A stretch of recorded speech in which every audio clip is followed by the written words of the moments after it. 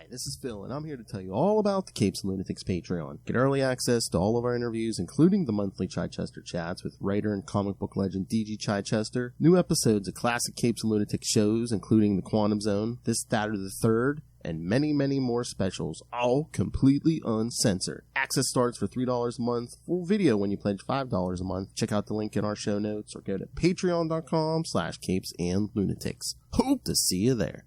This is Todd Stashwick, a.k.a. Captain Liam Shaw of the Starship Titan, and you are listening to Capes and Lunatics. You know, I don't hold it against Todd Stashwick that he's friends with Rob Southgate.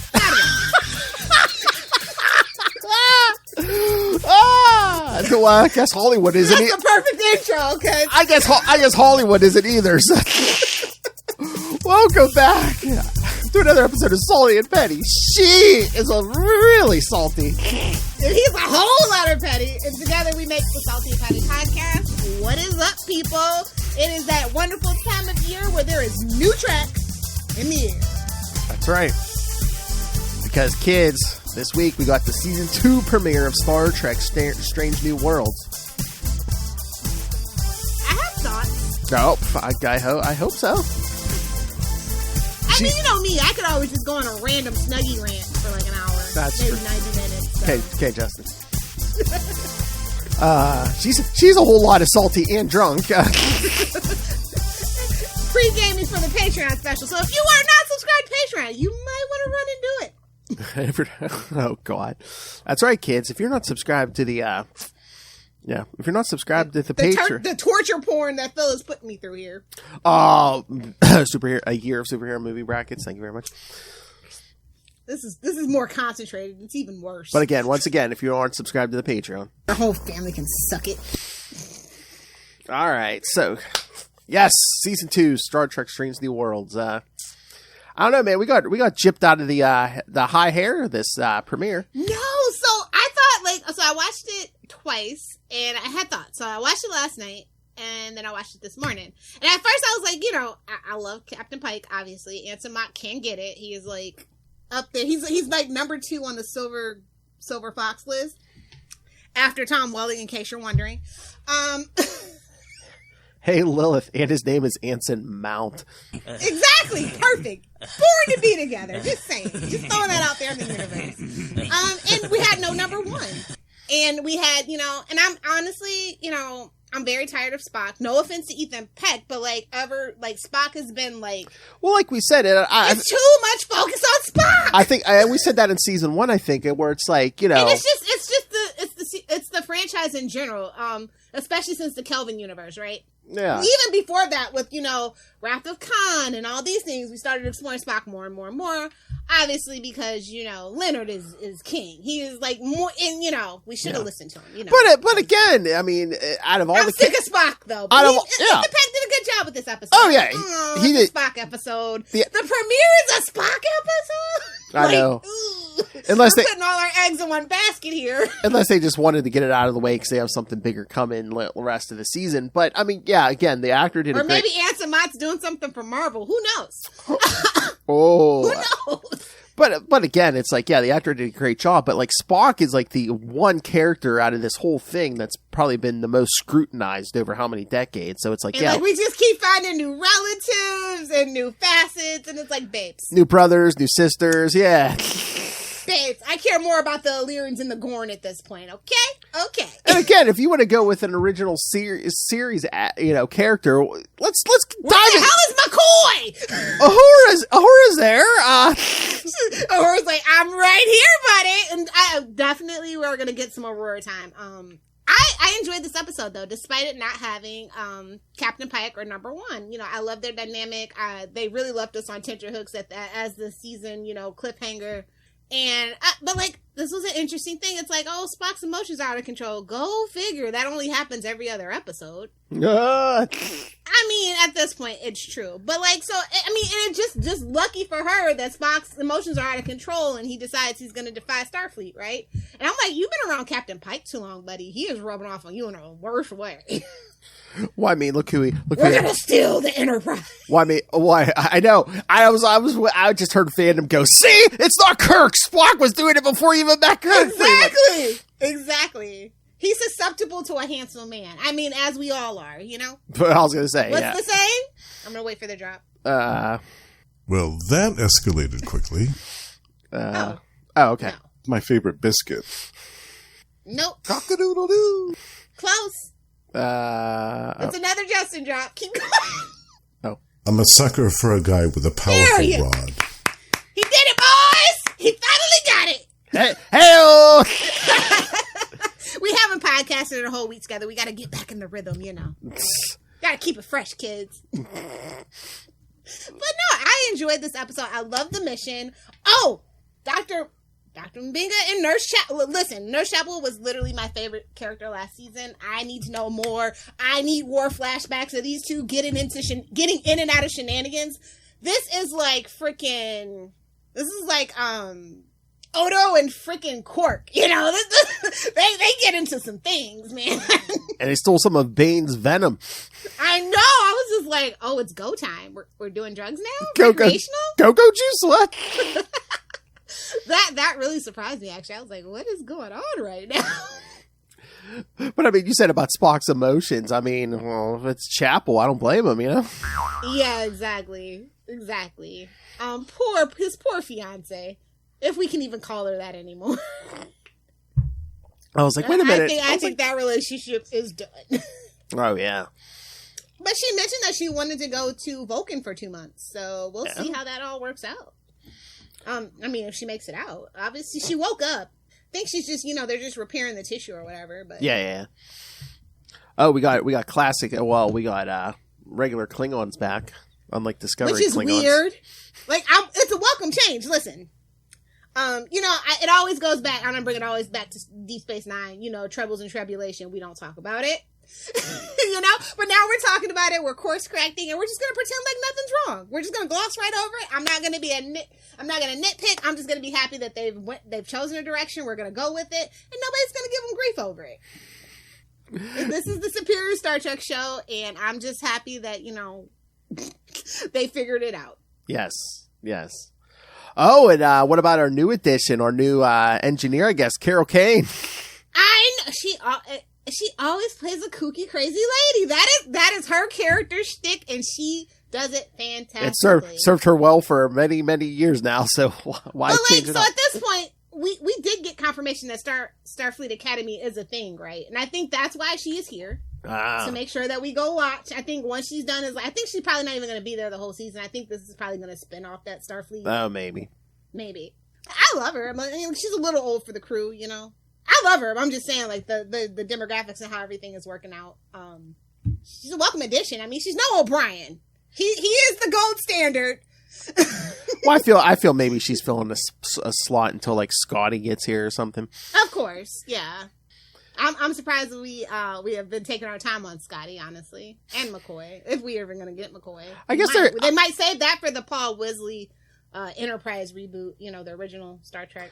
I mean, they might be taking their time too, because I believe they've already been renewed for season 3. So I'm pretty sure they're going to get at least 5 seasons because they're on a 5-year mission, right? So we might get an additional 2 as well for the 7. As long as that's the standard. As long as the numbers are there, I'm sure they will. So yeah, maybe they're keeping it at 10 episodes so that they can keep the production and the story tight. Yeah. Although last season we did have the classic Trek filler, but I feel like that was definitely like fan service in the best way. I didn't like. The more I thought about it, I was like, oh, they're being funny. It's very tongue in cheek, right? And we wrapped up the daughter storyline. She's Wesley Jr. She'll be back eventually, maybe in a wedding episode, and they'll forget to cut her in. Even though she was on set. Justice for Wesley. Will be time.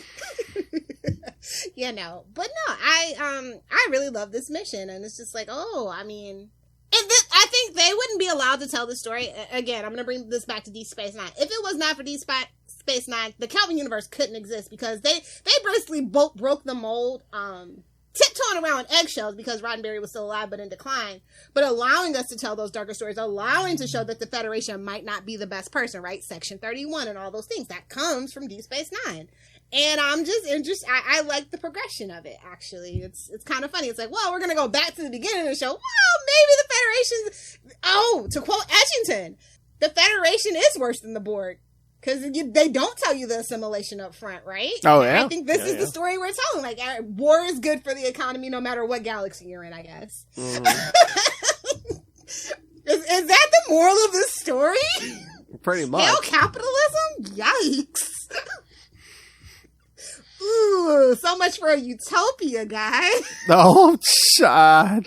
Oh, my. Well, and this is why I feel like this, like as much as I wanted to like Discovery, they deviated too far into A, the Calvin universe, and B, too far to go back to that original Star Trek, the original series premise of, the Federation is the good guys and we'll always, that kind of thing. And they never made it like gray. Nothing was ever unambiguous. Well, in the beginning, with this show, it's everything is in the gray. Well, in the beginning, was Discovery trying to blend it all, or like making the Kelvin? They were trying to do too much and not succeeding at anything. Unfortunately, for me personally, and this Trek is the best. Like they've kind of course corrected because, of course, the original series was focused on 3 white guys at the end of the day, right?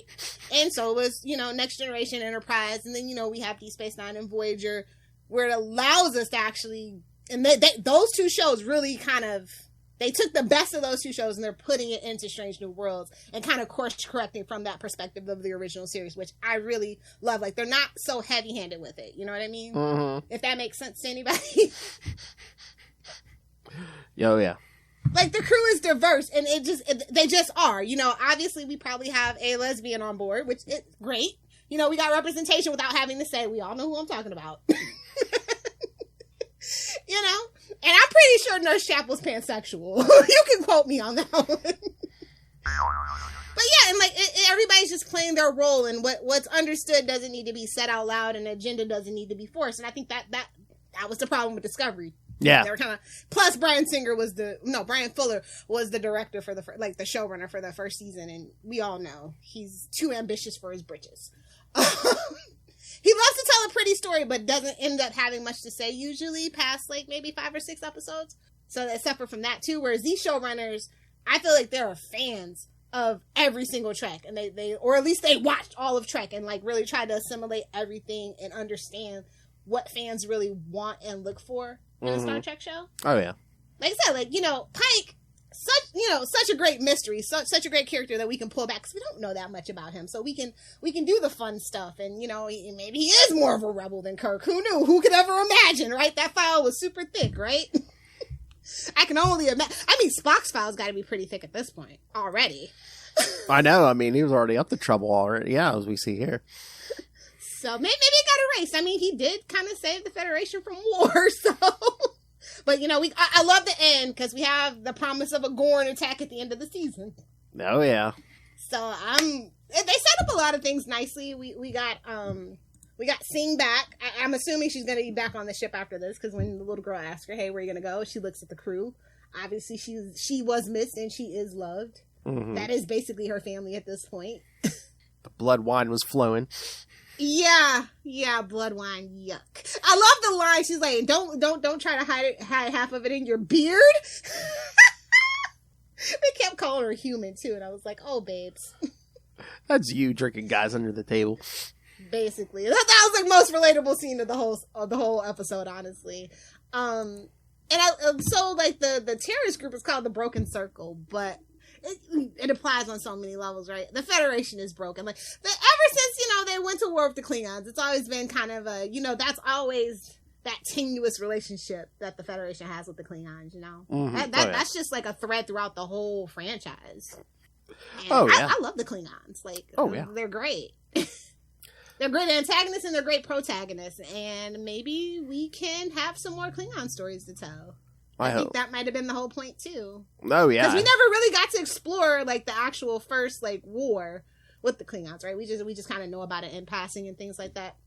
We might, like I said, with Dr. Mbinga and Chapel, we might get those flashbacks that I've been very curious about. I do want to see that the air was so filled with blood that it was raining red. That would be really cool. And like they've been afraid previously. I mean, we got the Borg War, which DS9 opens up with. It's like we're in Picard's face and we're gonna rub that salt in the wound. Okay, but that's pretty much been the only like conflict that we got to see that in like the Dominion. And while the action pieces were great, I feel like it was literally Deus Ex Machina because the Prophet saved them. Like, this is like an actual known war. I'm curious to see if they're going to show us flashbacks, if they're going to lean into it. And maybe that's why Kirk just Kirk's like, well, I just want to be a fun captain. I get to, it's like when you go enlist and it's a time of peace, right? You're just being a peacekeeper. You're kind of just walking around seeing the world. Whereas if you're in like active war zones, it's a little your time is a little different. You know what I mean? Yeah, but I mean, after a while, even Kirk had his issues with the Klingons, like from those movies. I mean, he got into it with Christopher Lloyd. Come on. Yeah. Well, can we be honest? Kirk got into it with everybody because he was a prima donna. No. I mean, the actor and the character. I was going to say no. So no, I mean, Captain Pike was missed, but I think Spock did a serviceable job as the lead character. Oh yeah. I do want him to get his emotions back in control. I do need him to be a more typical Vulcan for my liking. Well, do you think it's they're setting it up like for it's like, okay, he's going to act a lot. He's going to act logical, but those emotions are going to be rolling inside. I don't know. He's got to get them back in check. Put that little emotion dampening thing field back in place. I don't like it. Keep my emotions out of my Vulcans, please. Thank you. And keep your car out of wherever unless it's consensual. You're welcome, Charlie.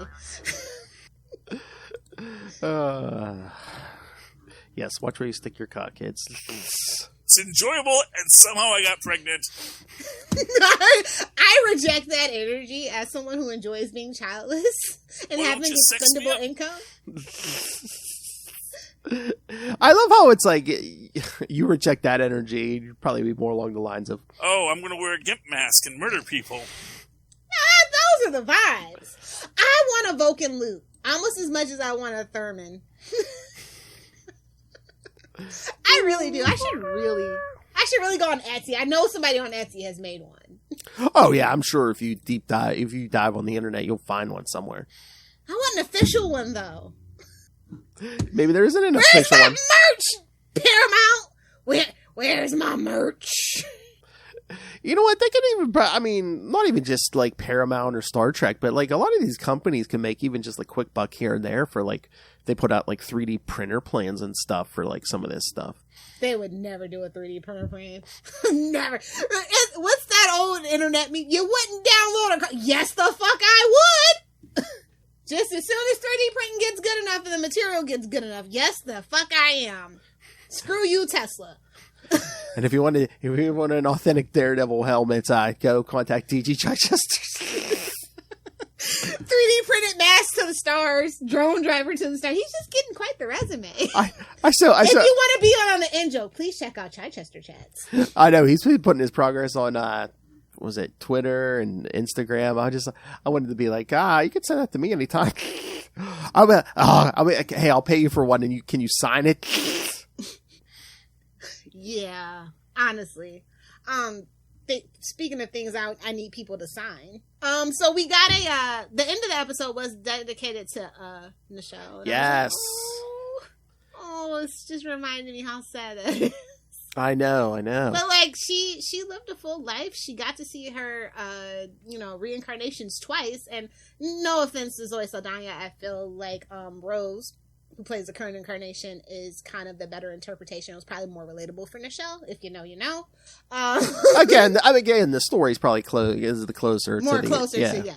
Exactly. So, but no, she got to see it twice. She got to be in a lot of movies. She got to do her little fan dance and sing her song. Fan dance. And she, like I said, she lived a good life. She made a very great legacy for a lot of people, and she is truly missed. But she is definitely probably resting in power. So. Yeah, I couldn't even remember. I was like, oh yeah. I'm like, she passed away after season 1 was over, right? Yeah. And like we're losing a lot of them now at this point. If you know, you know. Not to bring up Primatech Files and Heroes or anything, but they almost, I think they had almost everybody except for Shatner on, and including Stan Lee in that show during its first original run. Oh yeah. I thought that was really cool. You know, they were always down to do something for the sci-fi and fantasy community too, just because they're like the elder pillars of it, right? So I just really appreciated that too about them. They were always down for that. Oh yeah, that original cast. I mean, it's only Shatner, George Takei, and Walter Koenig who plays Chekhov. I think that's the only three left. And that's so ironic because the younger Chekhov passed away. Bless his soul. Mm-hmm. So it's like, we're hopefully, you know, the Star Trek historians are on point. We're not losing any of the cool behind the scenes stories and stuff. Like, you know, as they get older, I think it's just definitely more important for the legacy, for, you know, to have those stories out there. Sure, there was a lot of infighting, but it was a lot of good too. So I think Shatner and Takei are in a feud there. Oh, they've been in a feud. Oh no, I know they are, but I'm just gonna say those two will both live to be 150 just because they don't want to be the first one to go. Oh yeah. Meanwhile, Betty White's gone. Still can't believe that. Oh man. Still can't believe it. Yeah, I know. I'm still in shock. But I just find it interesting that the perspective that they're taking, you know. Now, is it maybe the Gorn are actually behind it and want to destabilize the Federation? Maybe that's the plot twist too. Yeah. You know, but the old saying, you know, one man's freedom fighters, another man's terrorists. So, and again, too, it's all about perspective. And again, too, like these episode, I mean, we had it where it was like a rogue faction of Klingons which were trying to reignite this war. So. Well, and it sounded like they also had some humans on the Federation side, too. Yeah. But they weren't willing to do the heavy lifting because Federation soldiers never really are. If you know, you know. They're a little too classy for San Diego sometimes, so. Okay. Yes, I'm making Will Ferrell quotes, okay?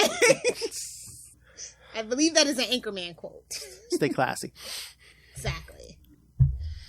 But yeah, I like the set dressing. Oh my god. Yes. I thought Kachar looked really it looked broken and dirty, but like in a cool way. Like, you know, a war-torn country, you know?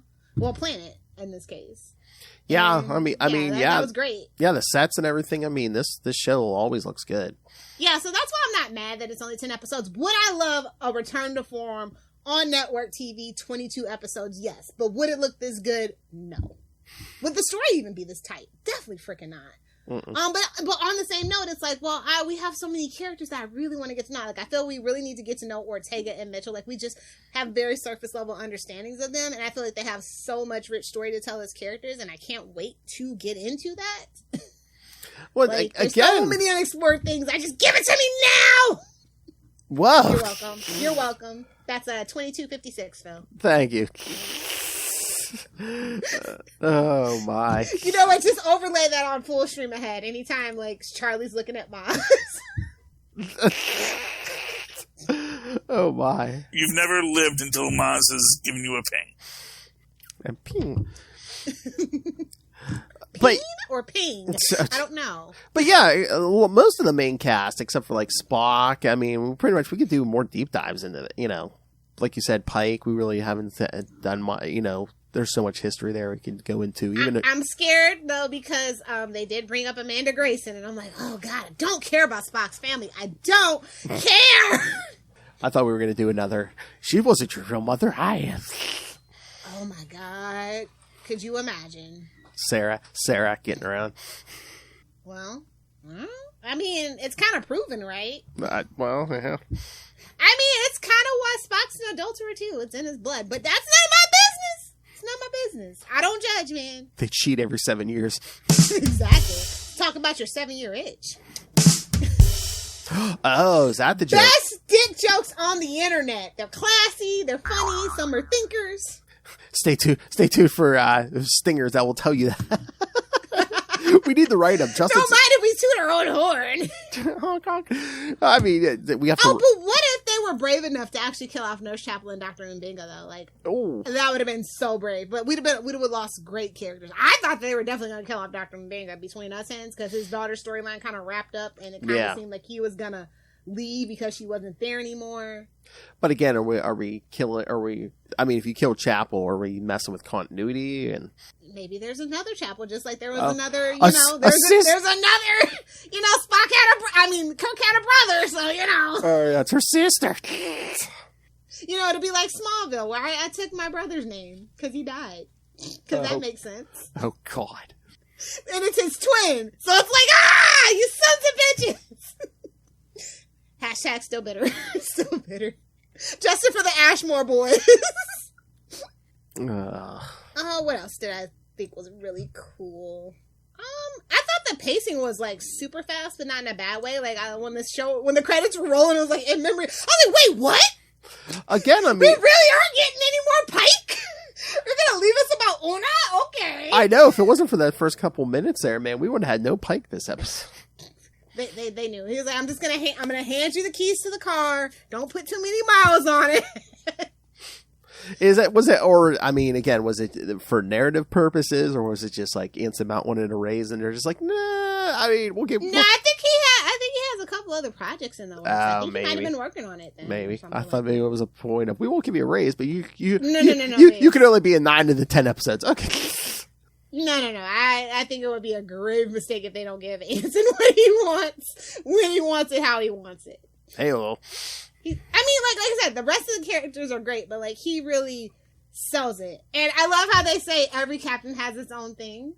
And then Spock is just like, I would like the ship to go now. Oh my God. I thought he was going to say engage. I really did. I was like, nah, that's too obvious. And that's, I don't know. I would like the ship to go now. I thought maybe even accelerate it. But no, that is a Klingon. And I would like the ship to go now. Yeah. The tech looks like this is the thing too. Like the effects in the CGI are really good, but I feel like they are very thoughtful about it. Like if the original show was made now, that's how it would look. Like they're still trying to keep kind of things around that original series too. Like the phasers are a little updated, right? Everything's a little updated, but you can still see the original design in it. Oh yeah, and I really appreciate that. Like I feel like Discovery just went too far off the track, too far off the mark with everything. I'm like, this doesn't look like recognizable Trek. This looks like the Orville. Stop, please. Not that the Orville wasn't good for its first 2 seasons, but it's not Star Trek. Yeah, and again, because it's like Discovery. They were trying to figure it out, and it's just like, well, it's modern, but it's supposed to be set, before TOS, so it's like. You can't have it look too nice, but it's like But it did look too nice. It threw me out of the. It can't look 1966 either. Yeah, so. Yeah, which I think would have been funny if they just dusted off the old sets and just said, "Go for it." Oh, those are probably long gone, aren't they? They're probably in the Smithsonian, to be quite honest. Oh. Well, listen. A little fun fact about Paramount: they never throw anything away. Wow. If you know where to look, you can find stuff. If you've ever been on that back lot, hell, you know what I'm saying. I'm pretty sure they still have stuff from I Love Lucy days. I'm pretty sure. I was not in the dumpster with Merv Griffin's set. Honestly, I want to say that the part of the Merv Griffin set is in some museum. I forget what it is, but yeah. It's definitely not in a dumpster. I heard it's in an apartment in New York City. New York City! But no, I just can't get over how good Strange New Worlds is. I was so apprehensive about it, But like I said, the character of Pike allows them to have a different formula, Mm-hmm. And it's working so far. This is yeah. the best new Trek, in my personal opinion, and I can't wait to see where it goes. Do you think number 1 is gone? Did Rebecca ask for too much money and she's gone? Nah. I mean, unless they did. I haven't really checked the episodes to see if she's in it. Let me do that right now. Right, meow. No, I could see that bringing her back. I'm gonna check because you never know. Hollywood is crazy. What, you think that was just like writing her out, or she's only gonna be in one? She's only gonna be like a couple of episodes, maybe. I'm thinking. Let me look. Oh, they were talking about her joining the Real Housewives too. That I heard that rumor back not that long ago. Oh. So I don't know, and I'm like, she's kind of a little too good for reality TV. Yeah, you would think. But I think her court-martial is next episode.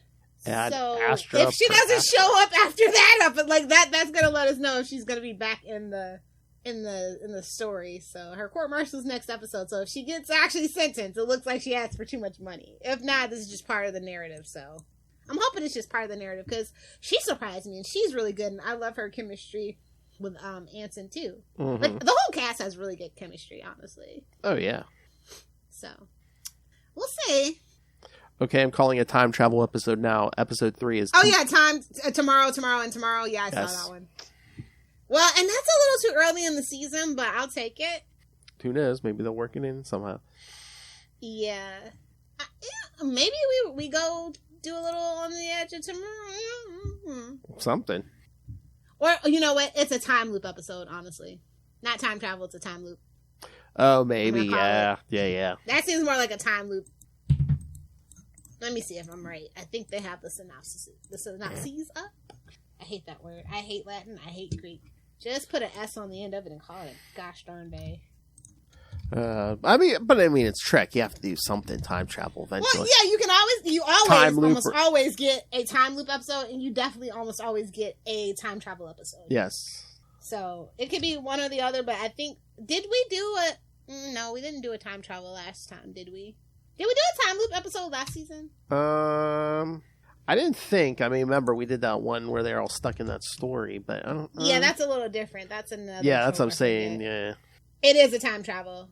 Okay, perfect. You always have to do a time loop or a time anomaly or something. Yeah, always, definitely. Where is 3? I said it was. Yeah, see 2. Okay, yeah. So it's this is where James T. Kirk comes back. Paul Wesley. He's gonna be back in episode 3, and he's gonna beef with Leanne. So it's curious to see what they do.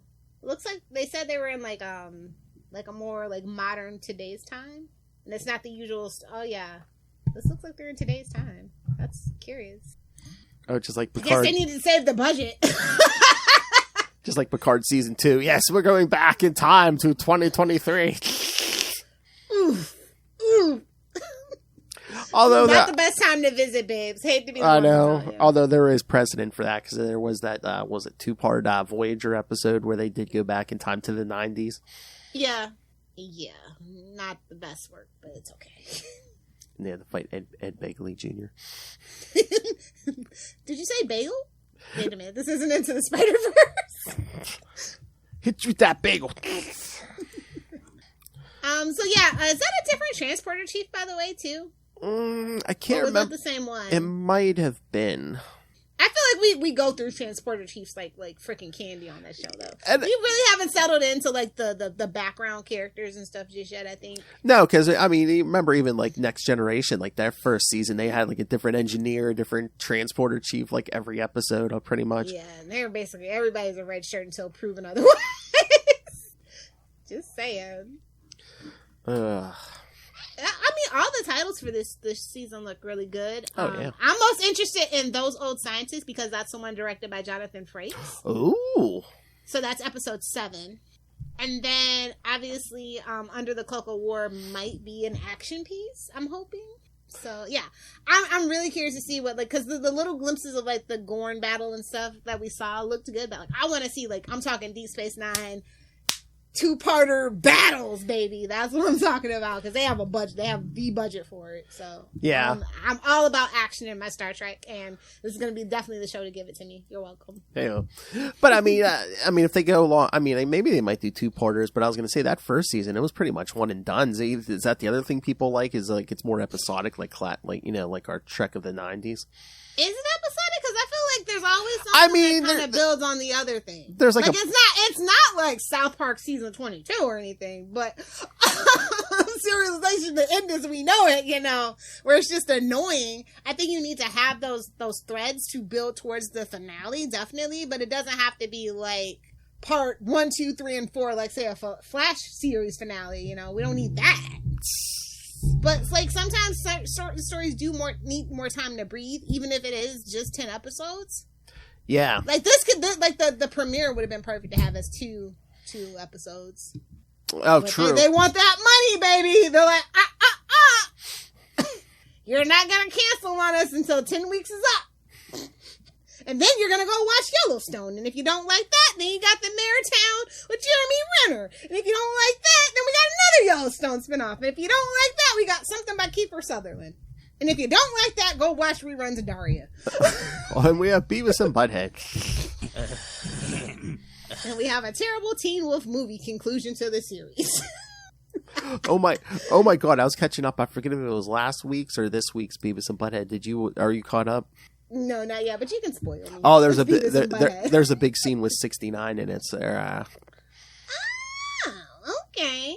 It's middle-aged Beavis and Butthead trying to they tell them the guys they were in the military so they can go drink at the VFW. Oh. And they're like, what battalion were you with? And Butthead's like, 69. Oh. And Not him stealing honor. I know. Oh, yeah. no. It's like that's the title of the episode, "Stolen Valor." Yeah.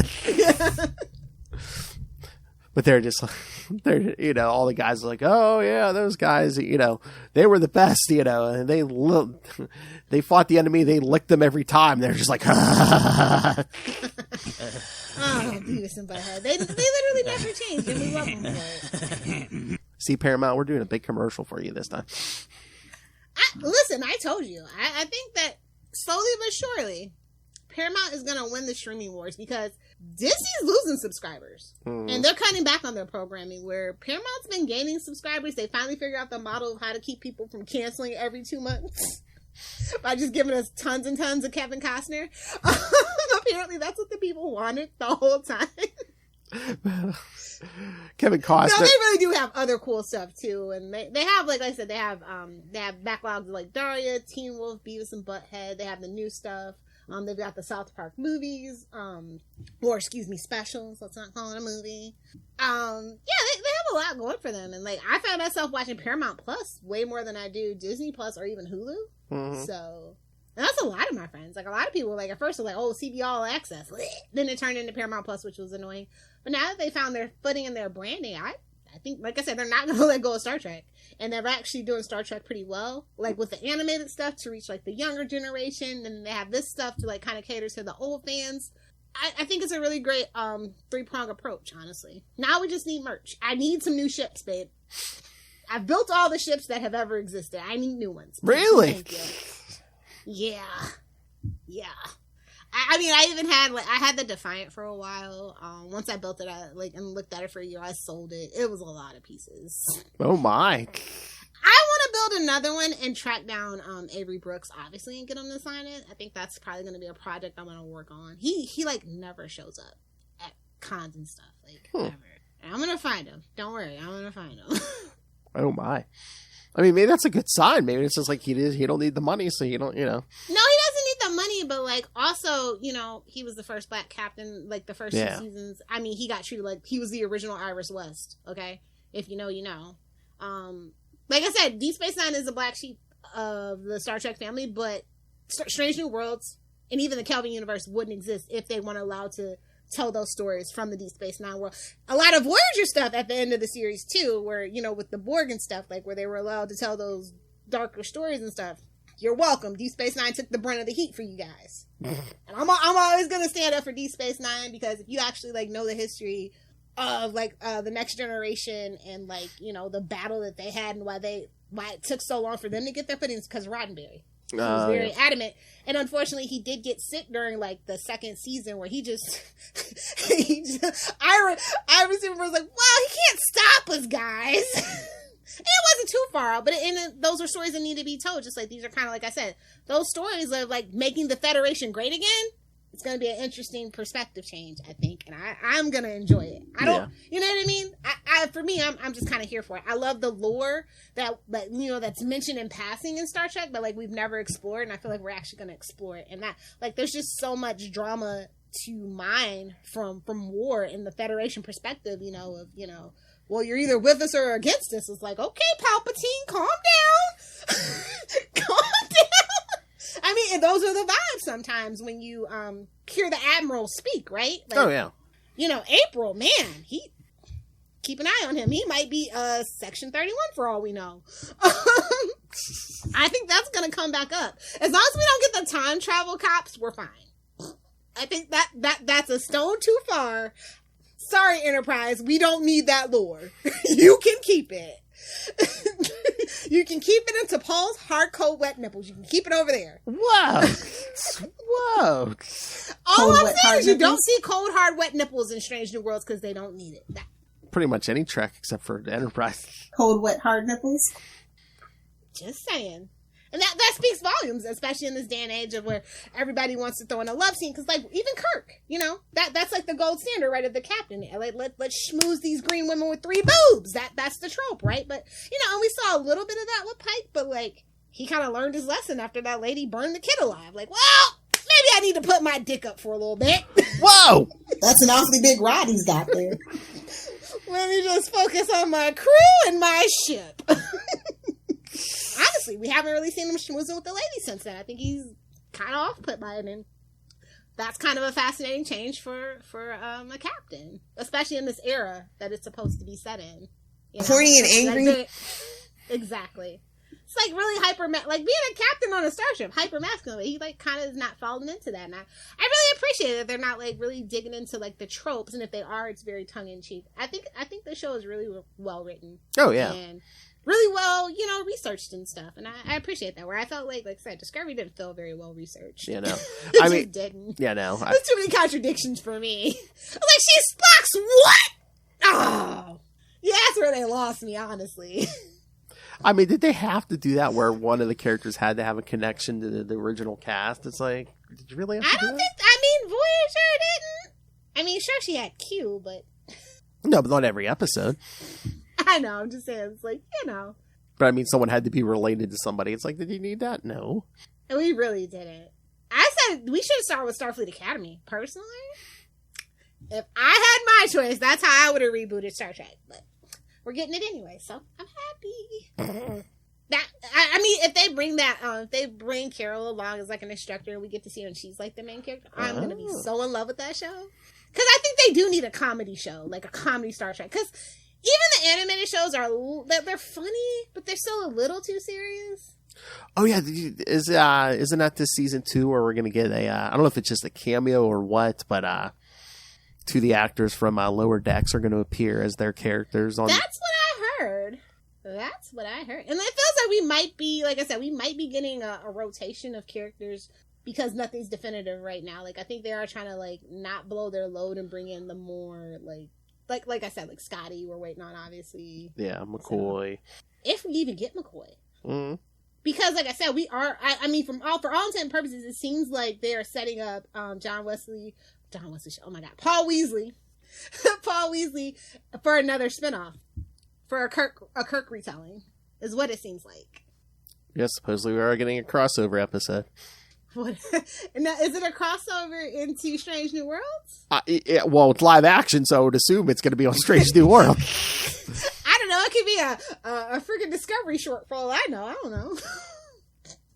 Could have been a Picard, a cut from Picard for all I know. I don't know.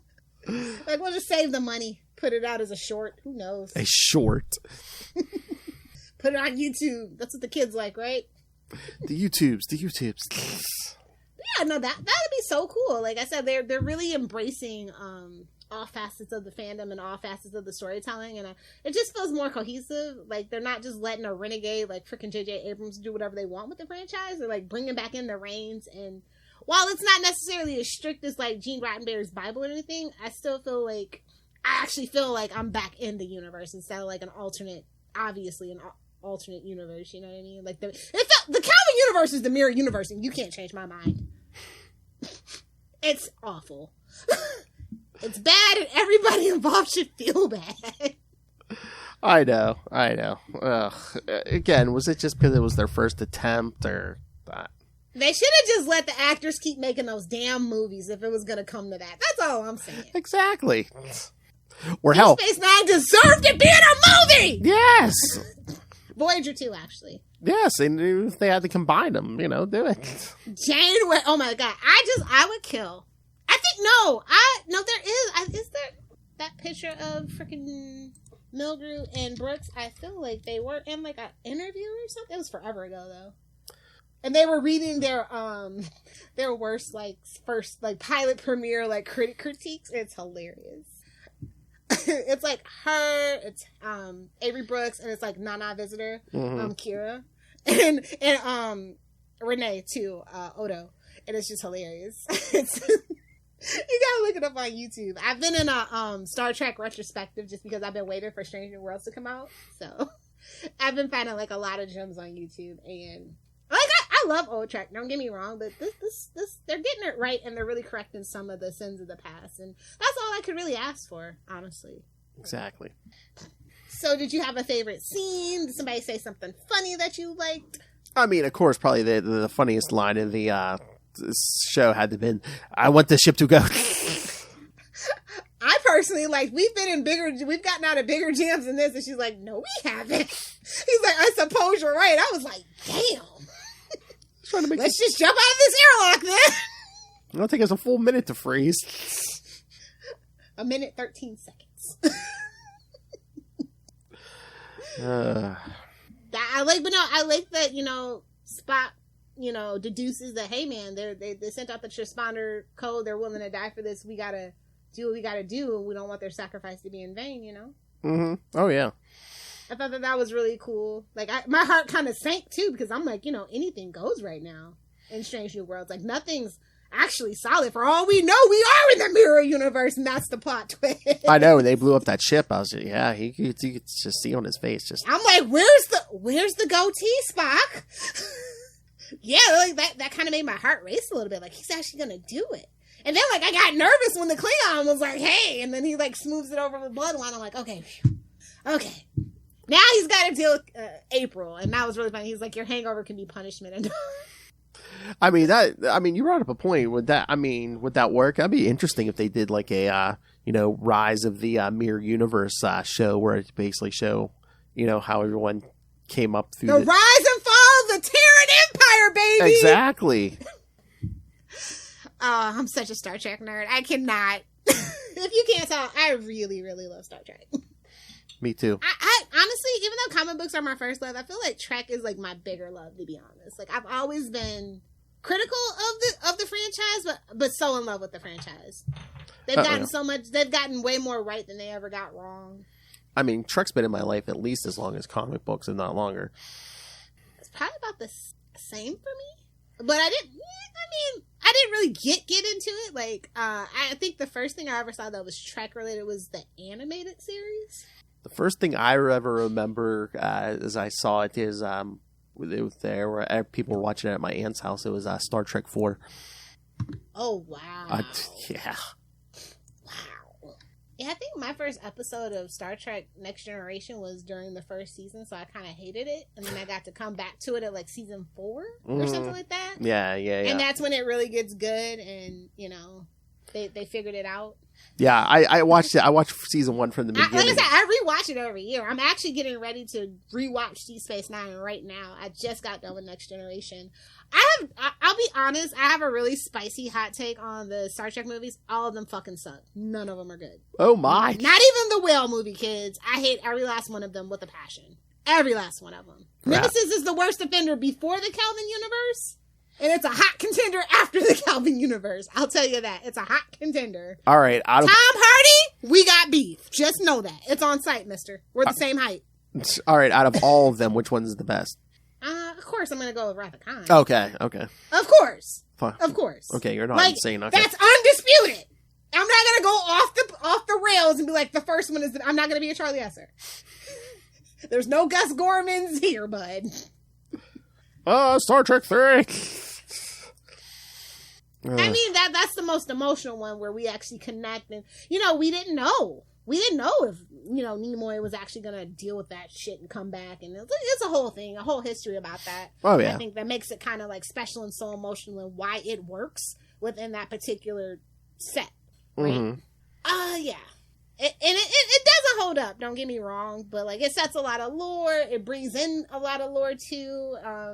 That one had a lot of research and love put into it. The other ones felt like straight up cash grabs. Like, that is some of the most cash grabbiest crap I've ever seen in my life. The wedding for next year? Really? You're gonna bait me with the wedding? You sons of bitches! You know I'm gonna go watch it. We've been waiting 7 years to see that, And then you don't even bring Wesley. Like, so rude. So rude. Star Trek Generations. What? Kirk gonna meet Picard? What? And kill him! everybody's all mad about it. I'm like, perfect. It needed to be done, kids. It shouldn't have been on a race. Drop him off a cliff. Like the producers wanted to. That was producer fantasy fulfillment, and you cannot change my mind. Oh, Phil. Next year, you want to do all the Star Trek movies? Yeah. All right, Star Trek nerds. Get in your transporters and give us your best Star Trek hot takes. Next year is the year of Star Trek. Oh, don't forget the anniversary is in September, right? Of what? The whole thing? Of Star Trek? Yeah. Okay. Right? Oh, we'll definitely have to do an episode then. Yeah. Yeah. Am I tripping? I'm trying to do the math in my head, but I'm a dumb blonde sometimes, so... Oh, wait a minute. Well, what anniversary? It's not like around... I mean, it's not like... Oh, well, the 55th was in 2021? That's what I'm saying. It's going to be like 56 or 57. It's not going to be like... Yeah. 60 But or it's something. an anniversary nonetheless. Yeah. I mean, we could... No, that's fine. Do it here. Yeah, of course. There's nowhere else to put it. Hey-oh! Man, this episode's just full of them, ain't it? It's not like you're... I love Drunk You, man. It's like...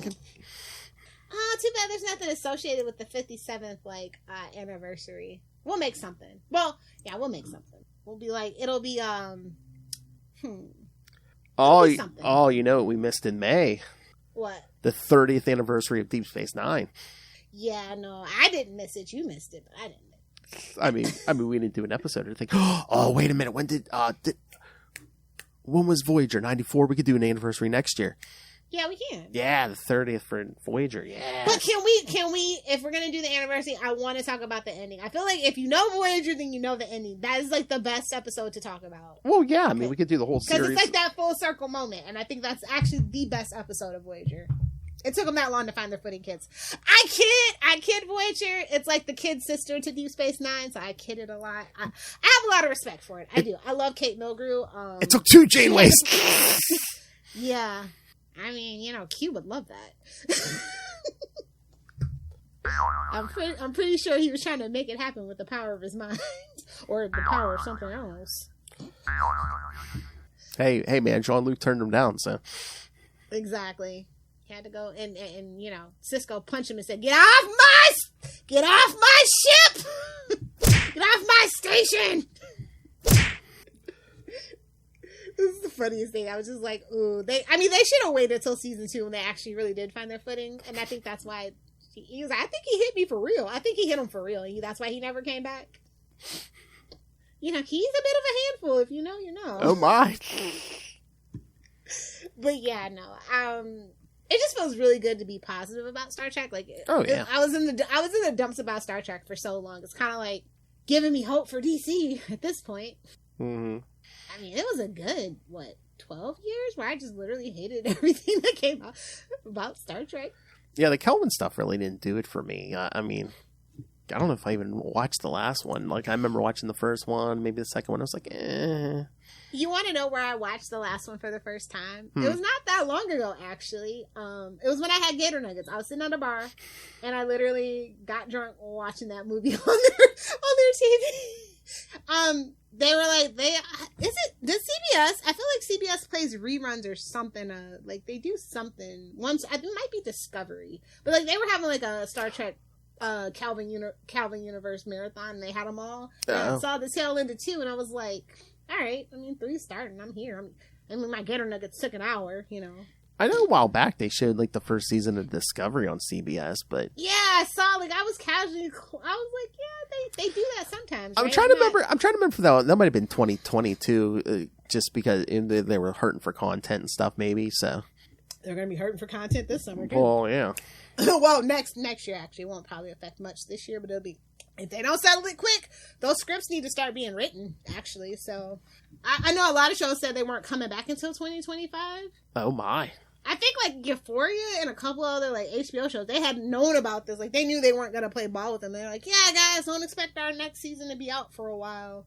The Deadpool movie's being affected because Ryan Reynolds won't be able to ad-lib and make improvisation because he is a writer and a producer on set, so they have to do it as is script. I believe they gave Hugh Jackman the same edict because he is also a producer on the movie, which is why he came back. They gave him a producer credit and some money. So, I hope that doesn't affect it, or I hope they, I think they start shooting, like, any day now, so. Pickings might be slim here, kids, so, yes, now's your chance. Go outside and touch grass. Or just go ahead and binge watch your favorite show, your comfort show. I mean, I literally need to binge watch, Supernatural. I have not seen the last 4 seasons. Really? I mean, like, not the whole season. Like, I've seen a few episodes here and there, but I literally, the last 4 seasons, didn't watch. Oh. Oh, this Sunday, the first episode premiere of Walking Dead, Dead City with Lauren Cohan and Jeffrey Dean Morgan. Yeah. Oh, remind me, would you? I mean, after our flash review, I guess. Negan escapes New York. Yeah. Like, who do you think you are, Kurt Russell? That was Kurt Russell, right? Escape from New York. Yeah. Sure. Or as I like to call him, Goldie Hawn's not husband. Yes. This is the kind of thing that just tickles my balls. That's what they say about your mustache, bud. It's fine. Wow. Easy peasy lemon squeezy. All right. Oh God, Kurt Russell is 72. We just missed it, bud. Couple years. We dropped the ball. Ew. Jesse Martin, contact us. We love you. I don't think I've ever seen a single bad thing about that man in my entire life. He's been in the business for how many years? I mean, at this point, if you get away with it, especially these days, I don't think there's anything to find. Yeah, I had to. Like I said, I was so devastated by the actor that plays Gibbs. I was like, oh, he's a menace? Oh, no. I have to retract my he can get it statements. I hate when I have to do that. The day that I have to retract my Chris Evans can get it is going to be a sad day for the universe, guys. I just always know he's just a white, at heart, he's just a white guy from Boston, so I'm just waiting on it. I'm just waiting on it. I mean, he can't be as bad as Mark Wahlberg, though, right? What? He can't be as bad as Mark Wahlberg, though, right? No. He didn't beat up, old Asian people, so. Oh, my. That's not slander, that's truth. You can Google it. I don't even have to say allegedly. I thought they were Boston Pizza owners. Wahlburgers. I don't understand why people go there. That's none of my business. Enjoy your Chick-fil-A if that's your thing. But I'm judging you. Oh my. All right, should we wrap this up? I have another show to do. Oh, I'm already drunk, Phil. So I know. Yeah, we do have another show to do. That's what I'm saying. I don't want you to I'm trying to procrastinate. I'm like, maybe he'll forget. I don't want you to sober up. Maybe I'll make him laugh so hard it will shake his brain and he will forget. I don't want you to sober up. Come on. All right, fine. Wrap it up. Hey, give the kids their homework. That's what she always says. Well, we don't have any homework. I mean, I don't know. I mean, we'll have something for you next time, kids. But send in feedback. What do you want us to blather on about for an hour? Or send us your Trek thoughts. I mean, we're going to come back to Trek eventually. So yeah, send us your. Probably more sooner than you think. We'll definitely do the finale though, right? Yeah. So meet us back here in 10 weeks for the finale, for the conclusion of season 2 of Strange New World. That's right. And again, like we said, Una, serve her time in a gulag. Will Spock and Nurse Chapel get together, and will she tickle his Vulcan loot? Find out. 9 weeks to go, kids. All right. So send us all your Trek thoughts and come back here in a week for something. Email us salty. Give your wife something. Give us something and come back in a week. I'm going to do what I want to do. Give your wife something. Sorry to make you listen to all this, Lilith. All right, so email us saltyandpetty69@gmail.com. That's saltyandpetty69@gmail.com, or call the voicemail 614-382-2737. And of course, you can find all things on the Capes and Lunatics podcast network, like episodes, social media, merchandise. Help support us. And again, the aforementioned Patreon. Lilith Hellfire is about to do a drunken review of Avengers Heroes Reborn. So, yes, find it all at tubespace.io/Capes. Pray for me. Tubespace.io/Capes and Lunatics Podcast Network. That's tubespace.io/Capes and Lunatics Podcast Network. Oh, you knew after last month you weren't going to get away with that two months in a row, Lilith. Come on. I know. But I got you good on the last one. All right, Grandma, you want to tell everyone about your Facebook? like, you know what? I don't want any more friends on Facebook. Don't friend me. Oh my! Either do the 6 or do the 9. You had your chance. I had the doors open. You didn't come. Hell. Hey-o. So now everything's a lockdown. No more guests, no more visitors, no more friends. I don't do Twinkies or toaster strudels, so. So if you didn't get in when you could, Our whole family can suck it. and don't beg her. And shut your filthy mouth. It's so salty. All right. Dance party. All right, kids. Thanks for joining us again. Yes. Come back next week for another hot take on pop culture. A salty take, if you will. Oh! A salty shot of truth. Again, we got to write these all down. That's our slogan! We have to write these all down and get Justin to record these. Justin, if you're listening, just record them and send them. He said he would. That's what she said.